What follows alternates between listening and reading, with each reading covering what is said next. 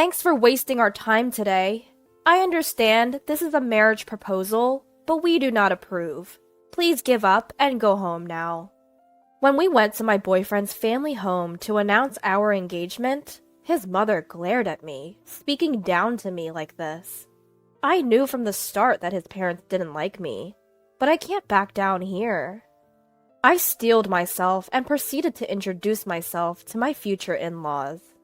My name is Marina. I'm 26 years old and work in the General Affairs Department of a manufacturing company.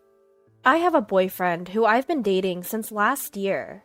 His name is Travis. He's 3 years older than me and we work in the same department. He has a soft expression and his kindness shines through when he smiles. That's what made me fall in love with him. Since we both live alone, we often visit each other's places and enjoy our dates on the weekends. We've built a happy relationship. My parents' home is nearby, so I often take Travis to their place to hang out. My parents really like Travis, and when he visits, they always serve up great meals than usual. Travis gets along well with my father, and I thought that everything would be fine even after we got married. However, Travis has always been reluctant to introduce me to his parents. When I asked him why, he looked troubled. Could you wait a little longer? My parents are nothing like yours. I wish I had been raised by people like your parents. When he said this, he looked somewhat sad. I wondered if he might be on bad terms with his parents. I decided to wait until he was ready to talk about it. I wasn't in a rush to get married, and I thought it would be best for him to tell me when he was ready. But life doesn't always go the way you want it to. One holiday, while Travis and I were heading to our favorite restaurant, a surprising turn of events unfolded. As we were guided to our seats by the staff, Travis suddenly looked shocked and began to fidget uncomfortably. "What's wrong?" I asked. He was at a loss for words and could not answer properly. Well, he said, looking away. Wondering if I had done something wrong, I felt anxious. Just then, "Oh, isn't that dear Travis? I haven't heard from you in a while. I was wondering what you were up to." A woman in her 50s approached our table, chatted amiably with Travis, and then looked at me appraisingly. She had distinctive downturned eyes that made it feel as though she was glaring at me. Perhaps her hair, tied neatly at the back, accentuated the slant of her eyes. As I returned her gaze with a puzzled look, she let out a dismissive chuckle. "Are you really hanging out with a country hick like her, Travis? You're such a good kid. If you don't like it, you have to tell her straight. Otherwise, girls like her won't get the hint." At her words, Travis's face tensed up. He glared back at the woman and defended me. "I won't tolerate any insult to her." But the woman, giving me a pierced look, said, "It's a pity my boy's been fooled by a girl like you. Leave Travis alone right now." Then she headed toward the cashier, paid her bill, and left the diner. "What was that about?" I asked, looking at the departing woman. Travis responded with a weak voice. "That's my mother. A few years ago, because of her, I had to break up with someone I was considering marrying. She said she didn't want to get married if it meant dealing with a mother like that. So that's why she had such an attitude. Yeah, if you decide to continue being with me, there will be a lot of complications. Should we break up here? Don't worry, I won't bring my personal issues into work, and I'll make sure you won't have any trouble." Travis looked pained. "I see. But I still want to be with you, Travis. Do you really want to break up with me?" Travis looked shocked at my words. "You know I have such a mother. If you marry me, it will be a burden on you." "I don't mind. I think that's part of marriage. And we don't have to live with her, right?" "We will never live with her. If she insists, I'll request a transfer at work, and we can move far away." Travis looked at me very seriously. I returned his gaze with a smile. Then I feel reassured. Is it strange if I propose to you? Are you sure? Yes, of course. I want to live with you in the future, I said, feeling heat spread through my body out of embarrassment. I was sure my face was turning red. I feel a bit upstaged, but I'm really happy. I want to be by your side for the rest of my life. Finally, Travis smiled, and I felt relieved. Afterwards, Travis and I decided to introduce ourselves to my parents. They were delighted and eagerly asked how we had decided to marry. This meant I had to talk about my soon-to-be mother-in-law. We tried to sidestep the conversation, pretending to be shy. We were hoping to divert questions about my mother-in-law, but my mother wouldn't allow it. Have you already introduced yourself to Travis's parents, or is that still to come? Travis and I were taken aback by her question. No, I don't plan on informing our parents about us getting married. What? Why not? Travis's answer caused my mother to gasp in surprise. Because I'm sure my parents would never approve of our marriage. At this point, my father gave us a stern look. That's not acceptable. Marriage is a union of two families. Your mom would be devastated if she found out you were married without her knowledge. You both should at least greet them once. If they still refuse, come talk to us. We'll certainly help you out then. My father's words were strong and reassuring. However, Travis gave me a look of concern. I'm fine. I said this with a smile, hoping to ease his worries. I thought if we couldn't overcome this hurdle, we wouldn't be able to find our true happiness together. Later, Travis informed his parents that I would be coming to greet and introduce myself. They didn't seem welcoming, but he managed to arrange the meeting anyway. Travis's father was a CEO, and they lived in a large house. The yard was also expansive. When I stepped in, a large dog started barking. Travis approached with a smile and petted the dog's chin. The dog quieted down and let me pet him too. While we were playing with the dog, the front door opened and his parents came out. His mother, with her sharp gaze, exuded an intimidating aura, and his father, equally high-handed, looked down upon me. "Don't touch our dog! You're disgusting!" Those were the first words out of his father's mouth. Without even a greeting, he started berating me. I felt extremely uncomfortable. "How dare you speak to her like that? If you keep acting this way, I won't hesitate to cut ties with you."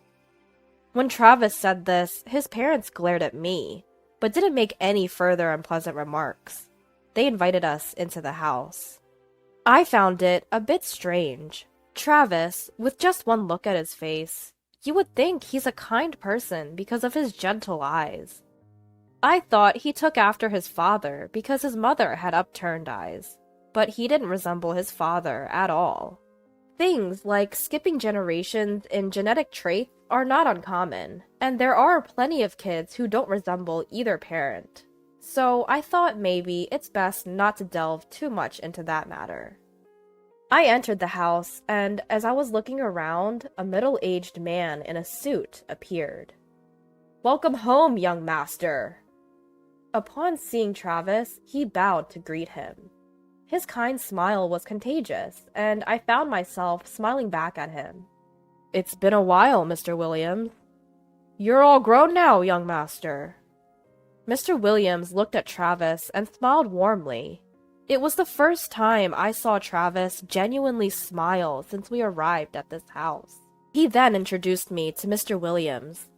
"This is Mr. Williams, my father's right-hand man. To be honest, he's more like a father to me than my own.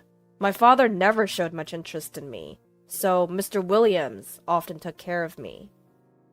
"You're the boss's son. I was just doing what was expected of me." "But you've always had a soft spot for me, haven't you? I have to say, I like you more than my father." Travis chuckled. Seeing him laugh innocently felt like a first. As we were talking, my mother-in-law emerged from a room in the back of the house. "Marina!" What are you doing? Come here right now! She shouted angrily. She glared at Mr. Williams. What do you think you're doing? Slacking off from work? How many times have I told you to stay away from Marina? I'll make sure my husband hears about this. You better head off to work. I understand. I'll do as you say. With that, Mr. Williams nodded and left the room. As an office worker who only does clerical work, I wonder if being the CEO's secretary means you have to visit the CEO's house and be at the beck and call of the CEO's wife. Travis glared at his mother and protested. Why do you always treat Mr. Williams so harshly? How can you be so rude to someone who's been working so hard for Dad? Quiet! You should just do as your parents say. I'll deal with that man. Now come over here. Following my mother-in-law, Travis and I moved to the living room. Travis and I sat on the sofa across from my in-laws, and my mother-in-law was the first to speak. Thanks for wasting our time today. I heard you two are here to greet and introduce yourselves to get our blessings, but we don't approve of you two getting married, so just give up and go home. I was prepared for the snide remarks. This didn't bother me at all. No, thank you for taking the time out of your busy schedule for us. Travis and I love each other. It's natural for two people in love to get married. Don't you agree, father-in-law and mother-in-law? I replied with a composed smile. However, my mother-in-law gave a deliberately exaggerated sigh. Ugh, you don't understand anything about marriage, do you? Since our last meeting, I've looked into you. You're a mediocre woman who, after graduating from a nothing special average university, joined a small-scale company. And despite your lack of remarkable skills, you've managed to ensnare my Travis, haven't you? Do you really think a woman like you is good enough for our family? Good match is what's important in marriage. Mom, Marina and I work at the same company. We work the same way in the same place. If Marina is incompetent, then so am I. We're a good match. Travis, you're different. There must have been a reason for you to lower your standards and join that company. This woman only had that option available to her. And besides, my mother-in-law smirking, turning a mocking gaze at me, and continued. Seems like you come from a poor family. After our money, are you? At my mother-in-law's insinuation, I felt my blood boil. I had resolved not to let anything she said upset me, but when she brought up my parents, I couldn't hold back my anger and found myself retorting. Please don't just assume we're poor. What's wrong with calling a spade a spade? Living in a run-down 50-year-old house, driving a car that was released 10 years ago. Did I hit a nerve because I'm spot on? This is why I can't stand poor people. My family home was built by my great-grandfather, who was a carpenter. It's precious to us. As for the car, we simply like it, and have kept it running smoothly. There's no reason for us to be labeled as poor. You did your research, didn't you? You must know what my parents do for a living. Yes, I know your father is a university professor and your mother is a high school teacher. I acknowledge they have respectable jobs. However, there's too much of a disparity between our families. Listen, Travis is slated to take over his father's business someday. Don't think for a second that the daughter of mere educators can marry my son. With that, my mother-in-law cackled loudly. That's when Travis stood up. His face was transformed into something I'd never seen before. A scary expression replacing his usual gentle smile. It was a waste of time trying to talk to you people. I'm cutting ties with you. There's no way I could forgive you for bad-mouthing someone I care about. Marina, let's go. There's no point in trying to persuade them anymore. Travis grabbed my hand, and we left their house. I'm sorry. I'll explain to your parents that we couldn't even have a conversation with them. Please don't say you won't marry me." I could only nod in response to Travis's desperate plea. Travis and I went straight to my parents' house and told them what had happened as his parent. Travis had anticipated this might happen and had brought along a voice recorder. All of my mother-in-law's snide remarks were recorded, and after listening to them, my parents pondered a bit and then said, "Sure, the way his mother spoke was not nice, but you two are giving up too easily. We'll try to work out a strategy, so you go ahead and keep making your wedding preparations. If you, as adults, have decided to marry, you don't need parental approval. Still, it would be best if you could get Travis's parents' blessing for your marriage." As my mother calmly stated her opinion, Travis and I felt our spirits settle, and we managed to nod in agreement. We decided to leave matters concerning Travis's parents to mine, and discussed our future together. 1 month later, my parents called us, and Travis and I visited my family home. As we entered, we found Travis's parents and Mr. Williams seated around a small table. When we joined them, the room became rather crowded. I thought Travis's parents might start making snide remarks again, but they sat quietly. It was my father who filled us in on what had been discussed in our absence. Travis's parents looked into us, and so we decided to investigate them in return. His parents married 30 years ago, after his mother became pregnant. At that time, his father had just started his company. Mr. Williams, who was an ordinary employee at that time, had also supported his father devotedly. As my father was explaining, Travis interrupted. "All that is common knowledge in our family. Mr. Williams started as an ordinary employee, but was promoted to the position of my father's personal assistant in recognition of his achievements. My mother raised me almost single-handedly, while my father was struggling with managing the company.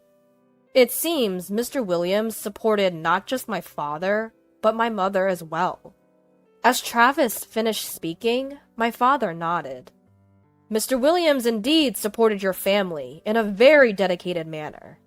Now, the topic is going to shift a bit. I am a genetic researcher at the university. Genetically, children inherit half of their DNA from each parent. Even if the child and parent look very different, they are certainly inheriting half of their genes from each parent." "What are you getting at?" Travis threw a questioning look in the middle of my father's explanation. I also wondered why my father started talking about this.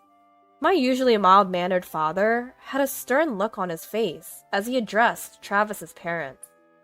"Please, hear me out.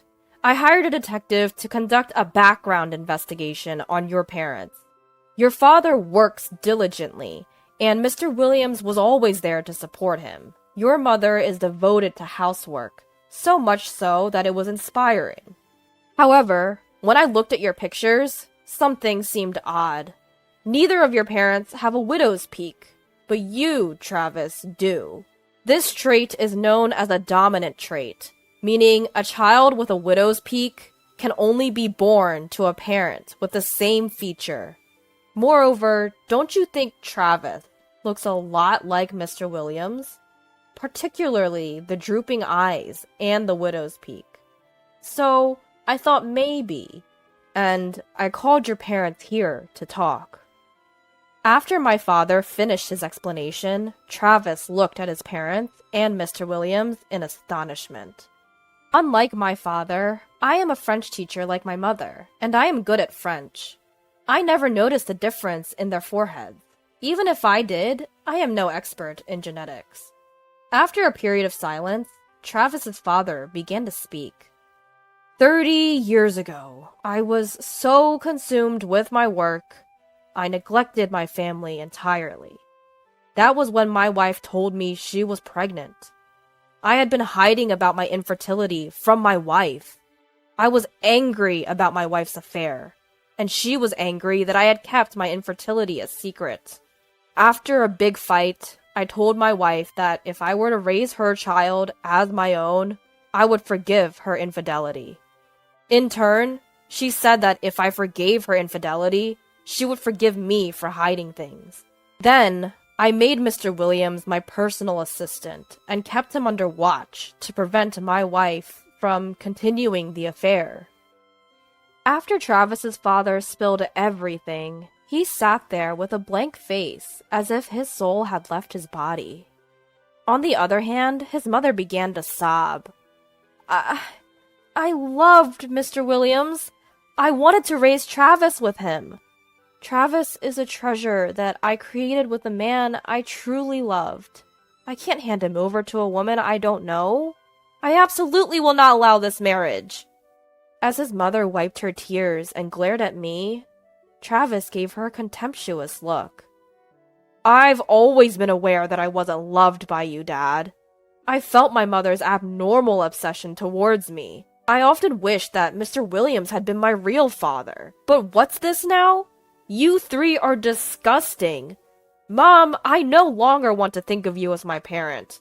And even if Mr. Williams is my biological father, I won't recognize you as such. I won't forgive any of you. I will cut ties with you all and marry into Marina's family. As Travis uttered those words, his mother rose and began to cling to Travis, crying. That's not allowed! Travis is mine. I won't hand him over to anyone, especially not to some commoner. Let's live together, then I will allow your marriage. So don't say you're marrying into another family.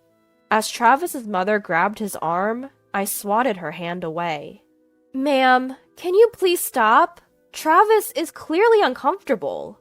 Do you understand how much he has been hurt and troubled because of you? Probably not. Because in the end, all you care about is yourself. If you only betrayed your husband to be with Mr. Williams and continued to deceive Travis, I wouldn't say anything. Because that's a matter between just the three of you. But for you to interfere with Travis's happiness, I'm not going to sit here and let that happen. Why don't you put his happiness first? If you don't like me, that's fine. But if you just want to manipulate him as you please, you're failing as a mother. From now on, I will make Travis happy, so don't get in our way. After I blurted that out, his mother began to cry again. She was cursing at me, calling me a cruel woman. But Mr. Williams was comforting her, and we decided to discuss future matters at a later date. A few days later, Travis's parents officially apologized to my husband and me, and my parents. They accepted our marriage, and Travis and I officially turned in our marriage certificate. Travis moved into my house. In the end, it seemed Travis's father could not forgive his wife's infidelity. Too much time had passed to ask for compensation, but they divorced and split their assets. Mr. Williams also resigned and moved far away with Travis's mother. His mother's luxurious lifestyle came to a sudden end, and she was forced to live the impoverished life she had always looked down upon.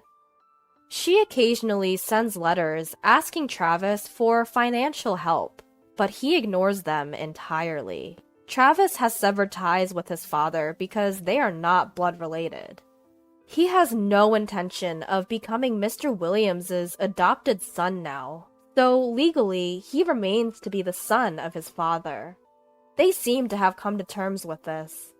Once Mr. Williams resigned and Travis's mother was no longer around to support him, Travis's father's company performance plummeted. He resigned from his father's position, and no one knows where he went after that. A year after marrying Travis, I saw that his parents' house had been put up for sale. We had a wedding ceremony, but because of Travis's complicated family issues, we kept it small, with only close family and relatives. Even so, it was a memorable occasion, and I was satisfied. Now, we have been blessed with a beautiful daughter, and I have quit my job to devote myself to raising her. My parents occasionally visit and help take care of our daughter, which is a great help. Travis and I plan to support each other and raise our daughter with love. Hey, heard the news? You're no longer needed. Hate to break it to you, but this high-rise and your husband, they're mine now. As a token of gratitude, I'll rent you a room at double the price. Even as I heard these vile words from my so-called friend, Violet, my heart remained calm. Understood. Let's proceed with the divorce. I'll call the lawyer immediately. I said it in a purely businesslike manner. Perhaps it was the way I spoke, but Violet started to laugh again. Oh dear, is our gardening volunteer obsessed with games, struggling financially? While Violet laughed, her sidekick, my husband Cody, was fretting over the alimony. Cody's reluctance to pay was clearly irritating Violet. Hey, what's with the hesitation? Just pay up and it's over. Cody, you're the owner of this high-rise, aren't you? Then you shouldn't have any problem paying such an amount. At Violet's words, Cody wore a guilty expression. At the same moment, the lawyer burst into laughter. Violet, are you serious? This high-rise belongs entirely to Nicola. Hearing this, Violet's face showed she didn't grasp the meaning of those words for a moment. Was it foolish of me to feel flattered that the popular Violet showed interest in a plain and introverted person like me? But maybe I was the fool to trust them. Cody and Violet are indeed very much alike. Their contempt for me mirrors that of the devil. You two don't deserve the penthouse of this high-rise. Sink deeper, right down to the very bottom of the earth. I will never forgive you. My name is Nicola, a 28-year-old housewife. I live in a high-rise with my husband Cody, whom I married 2 years ago. Twice a week I teach at a gardening class, and the rest of the time I'm mostly at home, in front of the computer. I've always been introverted since my school days, with a great love for games, comics, and animation. My marriage to Cody was nothing short of a fluke. 2 years ago, I had to visit a bar in a bustling district for work. It was a popular place, well situated with a storefront location. And there, working as a bartender, was Cody. Entering the bar for the first time, I was extremely nervous, but Cody's lighthearted banter allowed me to relax. He was a popular bartender in the place, charming and bright. I'm not usually a big drinker, but I might have had a bit too much, riding on Cody's lively chat. Because of that, I found myself sharing various things with him. My favorite anime, my preferred foods, even about my family's business back home. Under normal circumstances, Cody and I would never have crossed paths, but perhaps intrigued by my uniqueness, he took an interest in me. Following that, we went on a few dates. One thing led to another, and before I knew it, we were living together and had registered our marriage. Around that time, Cody transitioned from being a bartender to owning the bar. The previous owner was looking to step down, and Cody stepped up, taking over the business.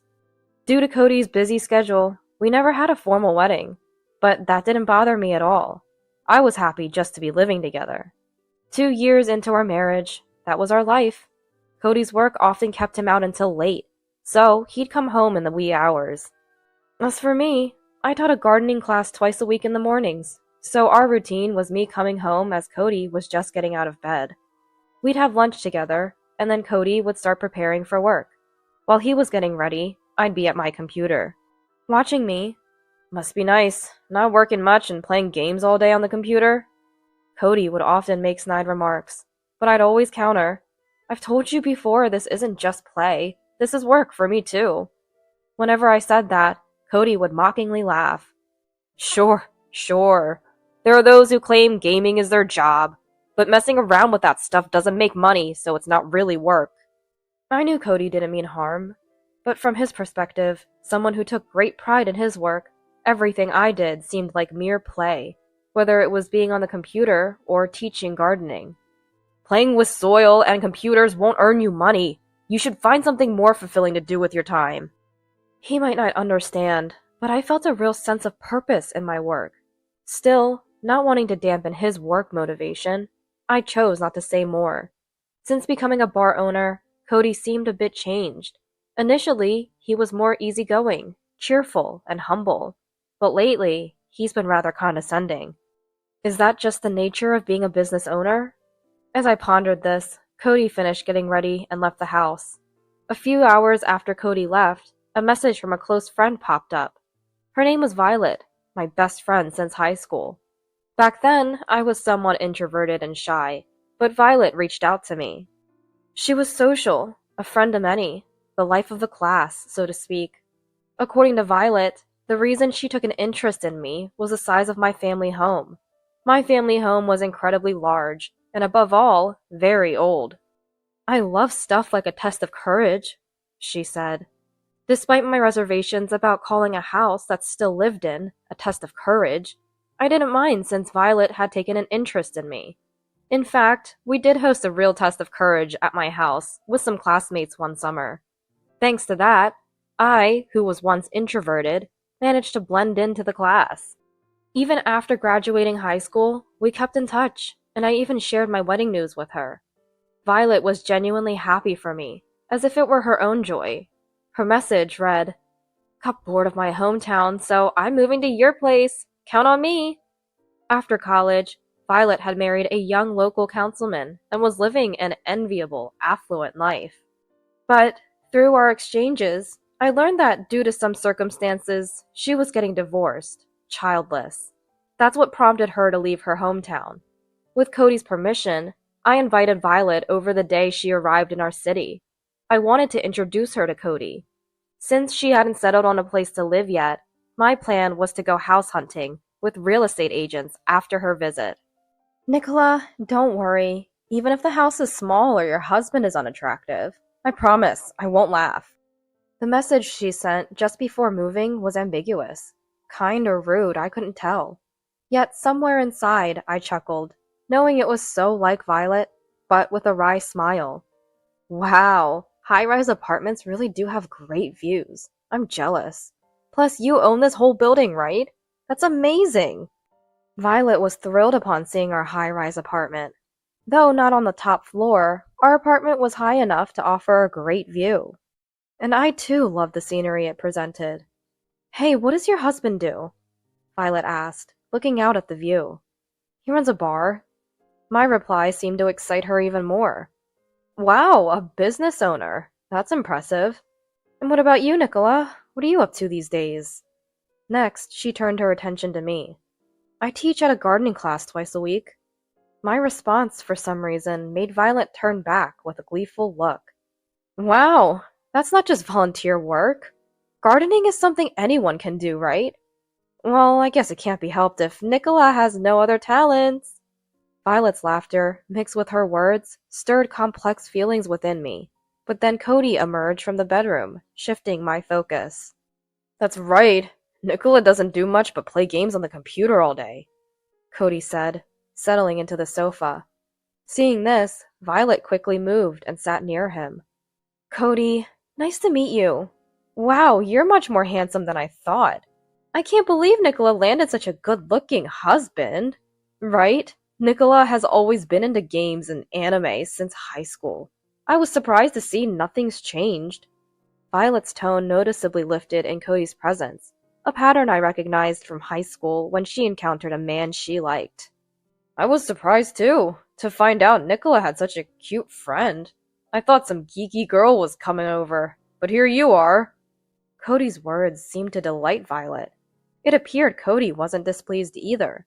It might just be my imagination, but Violet and Cody seem eerily alike. Their conversation appears lighthearted, but there's an undercurrent of malice in their words. The ones dishing it out may not realize, but the recipient is acutely aware. In this case, the target of their malice seems to be me. Completely disregarding my presence, Violet and Cody are getting along famously. Unable to open my computer with guests around, I'm just wasting time, doing nothing. Eventually, their talk shifted to Cody's bar. Cody, you run a bar, right? That's amazing. I'm interested in business too, so I really admire you. Violet's praise seemed to put Cody in a good mood. I'm about to open up the bar. Why don't you come along? Consider it a housewarming gift. Before I knew it, the plan had shifted to Violet visiting Cody's bar. We were supposed to go house hunting with real estate agents after her visit. But Violet, seemingly forgetting our plan, eagerly accepted Cody's invitation. Really? I'd love to! I couldn't let Violet, who had just arrived in town, go to a bar at night alone. I was about to join them when Cody stopped me. You don't need to come. You've got your teaching gig early tomorrow, right? Don't worry, I'll take good care of Violet. Saying that, leaving Violet's suitcase in the living room, Cody left with her. As they were leaving, Violet seemed to give me a spiteful look. Am I reading too much into it? Is it just paranoia? From my experience, bad feelings often turn out to be right. In the end, Cody and Violet didn't return until the morning. After my gardening class, I came home to find Violet asleep on the living room sofa. Cody, emerging from the bedroom, said Violet had drunk a lot. Apparently, she got so drunk that she fell asleep in the bar, and they ended up staying there. She had a lot to share, you know. She's been through a lot, marrying young and all. Quite the contrast to you, just playing games all day. Cody dropped this snide remark and left for the bar again. In the evening, when Violet woke up, I asked about her housing situation. Oh, don't worry, I found a place. I'll be moving there today, she said. I was puzzled about when she had the time to find a place, but true to her word, Violet left with her suitcase that day. For a few days, I sent messages to Violet out of concern, but her replies were all cold. Then, browsing through Violet's social media, I saw photos of her visiting Cody's bar. Apparently, she'd been going to the bar alone frequently. One day, Violet's going to work at our bar. She helped out with the dishes during a busy weekend, and it was a big help. I've decided to have her assist at the bar. Cody told me. I hadn't been to Cody's bar since the day I met him. Cody didn't want me there, preferring not to have anyone from his private life in his personal space. Yet Violet was allowed, not just to visit, but even to work at Cody's bar. A sense of unease began to bubble up inside me. Lately, Cody and Violet have been getting uncomfortably close. Even if they hit it off, it's strange for Violet to be so close to her friend's husband. Ever since Violet started working at Cody's bar, a month has passed. Cody seems to be leaving for work earlier than usual. The bar's getting busy again. Lots to prepare, he'd say. I offered, if you're that busy, maybe I could help. But Cody flat out refused. No way. You can't come. The neighborhood's gotten dangerous lately, and I can't risk anything happening to you. His tone was evasive, but I didn't argue. Maybe he's just enjoying working with Violet too much. At that point, I found myself unable to trust either my husband or my best friend. Then, unexpectedly, Violet visited our home. Her attire had transformed into something far more luxurious than when she first left her hometown. Leaving my hometown was the right decision. There's so much excitement here. Every day is a blast. And Cody's here too. Violet sat on the living room sofa, giving me a nasty smirk. Then, with a sigh, she said, how did someone like Nicola even get married to Cody? He owns a bar, and even this fancy high-rise. Happiness like this doesn't suit a game-obsessed introvert like you. Hearing Violet's words, I was certain of her true feelings. Violet had always been like this. Sociable, friendly, but intolerant of others having an upper hand. Maybe she resented me living in a house bigger than anyone else's in high school. That's why she associated my home with a test of courage to tarnish its image. When she married the councilman, she flaunted it to everyone. It wouldn't be an exaggeration to say she married for the bragging rights. Now, it seems she can't stand that I, with my entrepreneur husband and high-rise, am living a life she envies. I could feel a grudge from Violet, as if saying I shouldn't be happier than her. Nicola, have you ever looked at yourself in the mirror? Your clothes, your face, it's all plain and terrible. Cody's embarrassed to have you at the bar. That's why he doesn't want you there. Violet said this with a loud laugh. I just silently stared at her. My silence seemed to annoy her. She stopped laughing, and with a scornful look, she blurted out, let me be clear, since you seem to be playing dumb. Cody and I are in a relationship. After work, he always comes back to my room. You wouldn't know since you're blissfully asleep. Oh, and my room? It's on the top floor of this high rise. Cody arranged it for me. Being the owner sure is different. I was speechless at Violet's words. I had a hunch about the affair between Violet and Cody, but what left me dumbfounded was that they were using the top floor of our high rise. Just as I was about to respond to Violet's smug declaration, Cody emerged from the bedroom. Cody seemed slightly surprised to see Violet in the living room, but quickly composed himself and sat beside her. Cody, I've heard everything from Violet about your relationship. What? Is it true that you gave Violet the top floor? Wasn't that supposed to be for us if we ever had kids?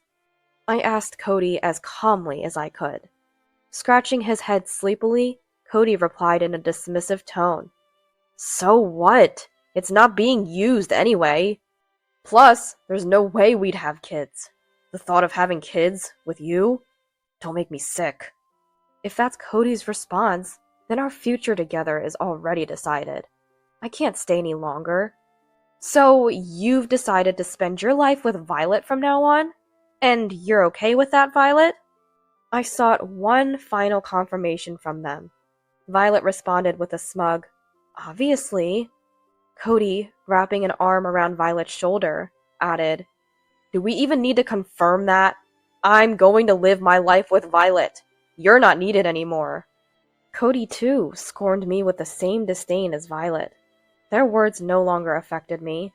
Violet, thrilled by her victory, kept a triumphant smile.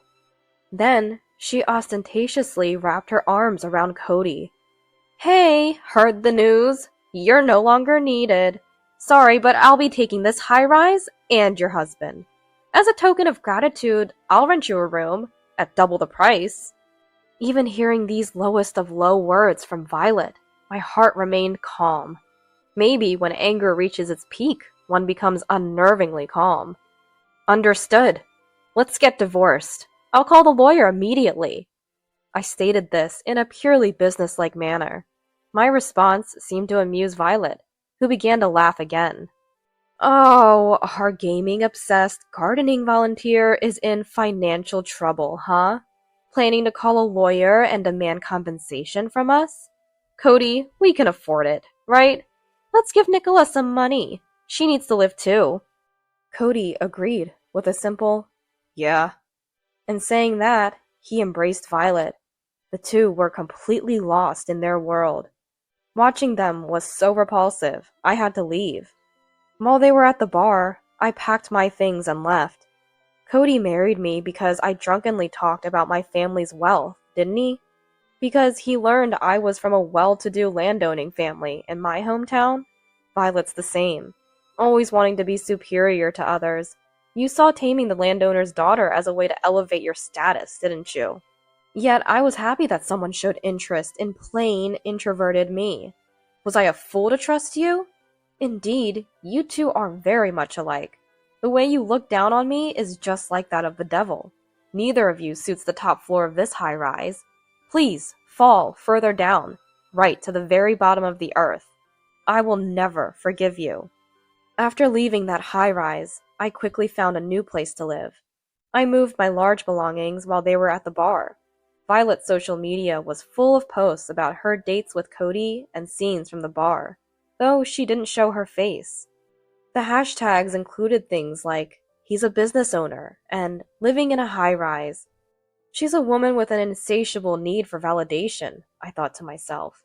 I got referred to a lawyer by someone I knew. This lawyer was reputed for handling cases related to infidelity and real estate, so I didn't hesitate to ask for his help. Nicola, you've been through a lot. You don't have to fight alone anymore. Let's work on this together. The lawyer was a man with a gentle demeanor, providing a sense of comfort.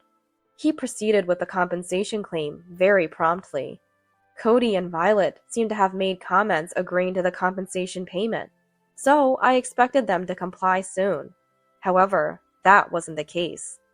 A week after sending the certified mail for the compensation claim, there was no response. Even after 3 more weeks, nothing from them. I had somehow anticipated this. Is Cody's bar really that profitable? I didn't know how much money Cody's bar was making. We had discussed financial management when we got married. However, Cody never talked about the bar's earnings and only gave me the bare minimum for living expenses. Sometimes he even hesitated to provide that. During such times, I would use my savings to cover our living expenses. With Violet, too, the flow of money was completely opaque. Their initial, easy agreement to pay the compensation had felt off to me. After waiting a month with no response from them, the lawyer arranged for a four-way meeting under his coordination. To ensure they couldn't run or hide, he set the meeting at the high-rise, my former home. On the bar's day off, the lawyer and I headed to the high-rise. Violet, visibly annoyed, greeted us as we entered the room. "What's with this lawyer? Coming all the way to the bar? It's really a nuisance, you know." She sat on the sofa, legs and arms crossed, complaining. Apparently, the lawyer had gone to Cody's bar regarding this matter. Cody, either just woken up or tired, looked listless. He must be feeling extremely awkward. I understand exactly how Cody feels. Just to get started, the lawyer began, but Violet interrupted loudly. "This is so annoying. Cody, just pay the alimony already. That amount in the letter, you can pay it off easily, right?" Violet, clutching Cody's clothing, shook him as she pleaded. But Cody looked reluctant. Yeah, that makes sense. I understand why Cody isn't responding to Violet. Because he doesn't have the money. He can't admit that after trying to look good in front of Violet. Having too much pride can be a real disadvantage at times like these. Violet couldn't hide her irritation as Cody hesitated over the compensation. "Hey, why are you being so stingy? Just pay it and it's over. You're the owner of this high-rise, right? The owner, right? Then you can afford this amount no problem." At Violet's words, Cody made an awkward, embarrassed face. At the same time, the lawyer burst out laughing. "Violet, are you serious? This high-rise belongs entirely to Nicola." Hearing this, Violet's face showed a moment of confusion. "What? Nicola? Why Nicola? Cody, you said you own this whole building, right? That's why you provided me with the top floor, right? You told me you were the owner. Did you lie?" Violet lunged at Cody with great intensity, and he responded, slightly intimidated. "No, it's not a lie. After all, what belongs to Nicola is mine too, right? I'm the husband." At Cody's words, Violet's face fell in despair. It was something prideful Cody would say to impress a woman. "Yes, this high-rise is indeed mine. It's a precious piece of real estate, passed down from my great-grandfather's era, which I inherited from my family. My family may be landowners, but we don't just own land in our hometown. Even as a husband, it's not yours, you know. But it doesn't matter anyway. We're getting divorced, so it's irrelevant." Following my statement, Cody too began to look utterly despondent. "So, shall we proceed? As per the certified mail I sent the other day, I'm claiming compensation from you both. And what about this room and the top floor? Planning to continue living here? If so, the rent for this room is $4K, and the top floor is $7K. So I'll be expecting the monthly payments. Thank you." Until now, the concept of rent hadn't arisen since Cody and I were married. But now that we are strangers, not family, it's only natural to ask for rent. "Wait a minute! We didn't have to pay before, and now you suddenly ask for it? That's unfair. And $4,000 and $7,000? Is that how you treat friends?" I was surprised to hear the word friends come from Violet. Quite ironic. Violet, after all, stole her friend's husband. Ignoring Violet's nonsensical words, I continued the conversation. "Also, you'll need to pay the tenant fee for the building where Cody's bar is located. It's in a prime spot downtown, so it's not cheap like the high-rise rent. I'll assess it and bill you soon, so wait for it." Cody's face turned pale, and Violet's expression twisted even more. "Violet might not have known, but the building where Cody's bar is located is also owned by Nicola. In fact, Nicola owns about 6 high-rises and buildings in this area alone." Until now, I hadn't demanded tenant fees from Cody because he was my husband. That's why he had the financial flexibility to run his business. But that's all over now. You both mocked me for playing games all day, but it's not just a game. It's a simulation system created by our company. It analyzes local human traffic, demographics, logistics, even geomancy, to calculate the best locations and layouts for properties. I kept saying it wasn't just a game, but you never believed me. I've been interested in real estate since high school, thanks to my family business. Over the years, my experience has earned me a bit of a reputation as a real estate mogul. Out of curiosity, what's your total asset value? Violet asked timidly, clinging to Cody's arm. I disclosed it without reservation. About 16 million, I guess. Cody and Violet nearly fell off the sofa at my words. Their shock was understandable. Until recently, they had been calling me a game-obsessed gardening volunteer. But even now, Cody and Violet, those devils, didn't crumble easily. Regaining his composure, Cody managed to laugh and said, "So half of that is mine, right? If we're getting divorced, there's the distribution of property, right? That means I get half of your assets, right? Right, lawyer?" The lawyer and I were a bit taken aback. Cody knew the term distribution of property, but he didn't understand the essence. Well, distribution of property applies to shared assets built together by the couple. Nicola's real estate and company, inherited from her family before marriage, aren't subject to distribution, explained the lawyer. Cody's shoulders slumped at these words. However, he still tried to wriggle out from a different angle. I was thinking, the certified mail mentioned a specific time frame for the infidelity. But what if, I said, Violet and I started our relationship only after I split from Nicola?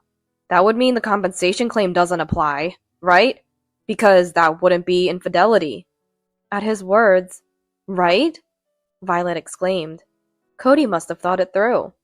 However, we wouldn't send a certified mail without solid evidence. Show me the evidence then. If you don't have any, we're not paying any compensation. Seeing Cody's defiant look, I almost burst into laughter. But I composed myself and replied, You want evidence? I have plenty. But which would you prefer? Let's start with audio. Remember, Violet, when you loudly declared your relationship with Cody at my house? That conversation was recorded on my computer's voice recorder. Plus, there are several photos of you two entering the same room together. Even the security cameras captured you entering the top floor. But I anticipated they might still argue it wasn't conclusive evidence. Indeed, Cody looked ready to retort, smiling as if he had something up his sleeve. Oh, speaking of security cameras, I installed new ones in the building where Cody's bar is. There was a blind spot in the corridor, so I placed them there. Cody visibly reacted to my words, clearly agitated. Hey, you can't just install security cameras like that. Capturing blind spots is pointless. Take them down immediately. No, I'll do it myself. From laughter to anger, his face turned red with rage. Truly a man of many expressions. What's wrong with installing security cameras in my own building? Besides, Cody, you were the one who told me it was dangerous around the bar, and not to come. After hearing that, as the owner, it only makes sense to install security cameras in blind spots. Even Cody seemed to concede at that point. He probably had a clue without needing to see the footage. When I checked it beforehand, it clearly showed Cody and Violet intimately close in the building's blind spot. Moreover, let's get married. And let's keep it a secret from Nicola. We're all too vividly recorded. I was really glad I installed those high-performance security cameras. Cody and Violet, now subdued, slumped on the sofa. They didn't utter a single word of apology, which shocked me. Ugh, I should have just stayed in my hometown. This is so annoying and troublesome. Violet's remarks were incredibly self-centered. She came uninvited, disrupted someone's home, and then complained about it being bothersome. It saddened me. I once believed Violet was a friend, even felt grateful for her friendship. But why did it have to come to this?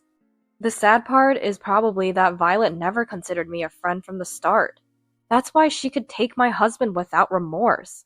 But I won't show any mercy. I've decided I will never forgive her. By the way, Violet, it seems you're still not officially divorced from your husband back home.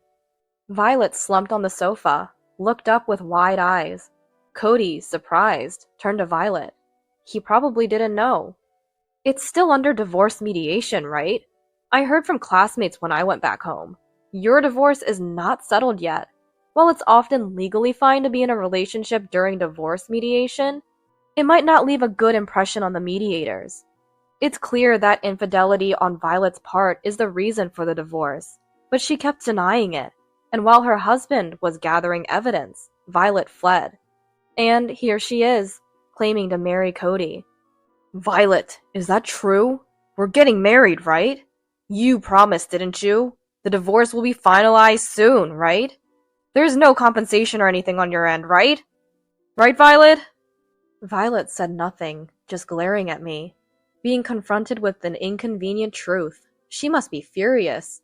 Her face, twisted with rage, turned bright red. But then, in a moment, Violet's expression changed as if she had a sudden realization. She muttered to herself, seemingly deep in thought. Finally, as if she had figured it out, she turned to Cody with an unnaturally bright voice and said, That's it. I won't divorce. I'll go back to my hometown. I'll apologize to my husband and ask for his forgiveness. Cody, you should reconcile with Nicola for now. That way we won't have to pay the compensation and Nicola's assets will become yours. Then everything will be settled. Once things have calmed down, we can be together again. Okay? Even the lawyer looked dismayed at this suggestion. Cody exclaimed, Great idea! And they started high-fiving each other. Alright, Nicola, let's make up. I'll apologize for everything. Please forgive me. I always knew you were the only wife for me. I briskly brushed away Cody's hand, which was reaching out for a handshake. Don't joke with me. Do you think something once broken can be so easily fixed? Do you even realize what you've done? Sorry, but I don't have the slightest feelings for you anymore. My decision to divorce is absolute and unchangeable. Both Cody and Violet were stunned by my words. They couldn't respond. They couldn't even muster a retort. Reconcile? Their insult to me was beyond comprehension, fueling my anger to its peak. Violet, thinking you were a friend was my mistake. It's so disappointing. Goodbye, and don't ever show your face to me again. Leaving the rest to the lawyer, I left the room. I could hear Violet's wailing from the living room I left behind, but it meant nothing to me. What's left for me, who lost both a husband and a friend at the same time? I decided not to dwell on it now. All I wanted was to sleep in my warm bed. Soon, my divorce with Cody was finalized officially. Whether Violet managed to divorce her husband back home, I don't know. But as far as I know, Cody and Violet are living together now. Of course they had to move out of the high-rise. Apparently, they're renting a cheap apartment somewhere. This is all information from the lawyer. The bar you used to own has been renovated and reopened. It seems to be doing quite well. Cody, unable to pay the tenant fees for the bar, had to let it go. Thanks to its prime location, there were immediate takers, and he had to give up the bar with tears in his eyes. The new owner is diligently paying the tenant fees. By the way, a small amount of compensation is being transferred from Cody and Violet every month. It's not that I want their money. Receiving this compensation from them is like accepting their sincerity. It's a little bit of pride for me, who lost a husband and a friend. I established a new real estate company, dedicating myself to enriching people's lives. After all, what remained for me was my work. My knowledge and experience, built since my student days, now serve to provide better land and better homes. When I wake up in the morning and open the curtains, I can see the whole town I'm familiar with. The low-lying sun slowly rises, casting the shadows of buildings over the entire town. Right now, I can't think of any happiness greater than this view. It fills my heart. Let's do our best today. Another usual day has begun.